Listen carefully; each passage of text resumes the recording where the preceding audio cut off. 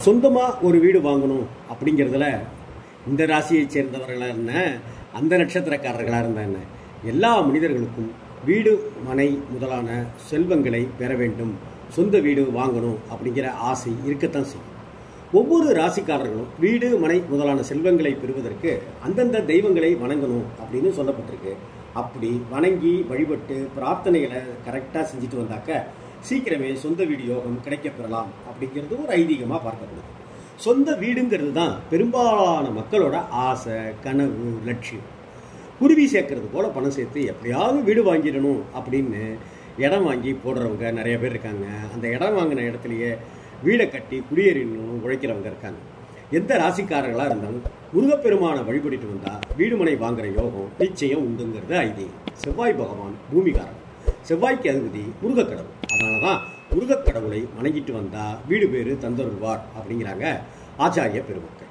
அதே சமயம் ஒவ்வொரு ராசிக்காரங்களும் வீடு மனை முதலான செல்வங்களை பெறுவதற்கு அந்தந்த தெய்வங்களை குறிப்பாக வணங்கி வந்து தொடர்ந்து வழிபட்டு வந்தால் வீடுமனை யோகம் கிடைக்கப்பெறலாம், சொந்த வீட்டில் அமரலாம் அப்படின்னு ஆச்சாரிய பெருமக்கள் தெரிவிக்கிறாங்க. அப்படி வணங்கி வழிபட்டு பிரார்த்தனைகள் மேற்கொண்டு வருவதுதான் இங்கே முக்கியம். ஒவ்வொரு ராசிக்காரர்களுக்கும் வீடு அமைய வழிபடுவதற்கான தெய்வங்கள் என்னென்ன? மேஷ ராசியைச் சேர்ந்தவர்கள் சிவாலயங்களில் இருக்கிற அம்பாளை தரிசிப்பதை வழக்கமாக வைத்துக் கொள்ள வேண்டும். அம்பாளுக்கு புடவை சார்த்தி வேண்டிக் கொள்ளலாம். அம்பாளுக்கு சர்க்கரை பொங்கல் நைவேத்தியம் எப்போதேனும் செய்யலாம். அம்பாளுக்கு செவ்வரளி மாலை சார்த்தி வேண்டிக் கொள்ளலாம்.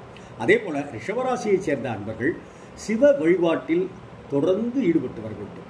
பிரதோஷம் முதலான நாட்களில், சோமவார திங்கட்கிழமைன்னு சொல்லப்படுகிற நாட்களில் சிவனாரை தொடர்ந்து வழிபட்டு வருவதும், அவருக்கு வில்வார்ச்சனை செய்து வழிபட்டு வருவதும், அபிஷேக பொருட்கள் வழங்கி தரிசிப்பதும் பலனளித்தது. மிதுன ராசி அன்பர்கள் பெருமாளை வழிபட வேண்டும். மகாவிஷ்ணுவை வணங்கி துளசி மாலை சார்த்தி வேண்டிக் கொண்டால் சொந்த வீடு யோகம் மிதுன ராசிக்காரர்களுக்கு கிடைப்பது உறுதி. கடகராசியைச் சேர்ந்த அன்பர்கள் அம்பாள் வழிபாட்டை மேற்கொள்ள வேண்டும். முக்கியமாக எந்தெந்த ஆலயங்களில் கோமதி அம்பாள், கற்பகாம்பாள், காளிகாம்பாள் முதலான அம்பாள் சந்நிதியில் மனமுருக பிரார்த்தனை செய்வதை வேண்டிக் கொள்வது, புடவை சார்த்தி வேண்டிக் கொள்வது நல்லது. சிம்மராசியைச் சேர்ந்தவர்கள் முருகக் கடவுளை வணங்கி வழிபட வேண்டும்.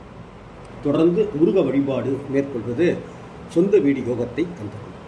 கன்னிராசியைச் சேர்ந்தவர்கள் சித்தர்களையும் காவல் தெய்வங்களாக திகழ்பவர்களையும் தொடர்ந்து வணங்கி வர வேண்டும்.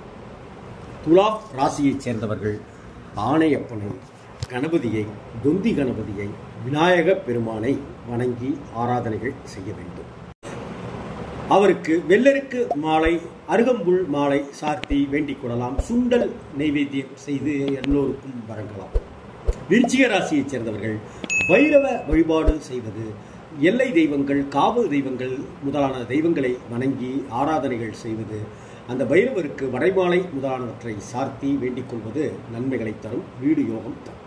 தனுசு ராசிக்காரர்கள் சாட்சாத் முருகக் கடவுளை வணங்குவதே முக்கியமான பரிகாரம், முக்கியமான வழிபாடு. செவ்வாய்க்கிழமைகளில், ஷஷ்டி முதலான நாட்களில், கிருத்திகை நட்சத்திர நாளில் முருகப்பெருமானை வணங்கி வருவதை வழக்கமாக கொள்வார்கள். மகர ராசியைச் சேர்ந்தவர்கள் அம்பாள் வழிபாடு செய்வது உத்தமம். கும்ப ராசியைச் சேர்ந்தவர்கள் குல தெய்வத்தை மறக்காமல் தொடர்ந்து வழிபட்டு வாருங்கள். காவல் தெய்வங்களை வணங்கி வாருங்கள். வீடு மனை யோகம் கிடைக்கப் பெறுவீர்கள். மீன ராசியைச் சேர்ந்தவர்கள் மகா விஷ்ணுவை, வேங்கடவனை மனதார பிரார்த்தனை செய்யுங்கள். விஷ்ணுவுக்கு துளசி மாலை சார்த்தி வேண்டிக் கொள்ளுங்கள். ஆலயத்தில் தருகிற துளசி தீர்த்தம் நம் பாவங்களையெல்லாம் போக்க வல்லது.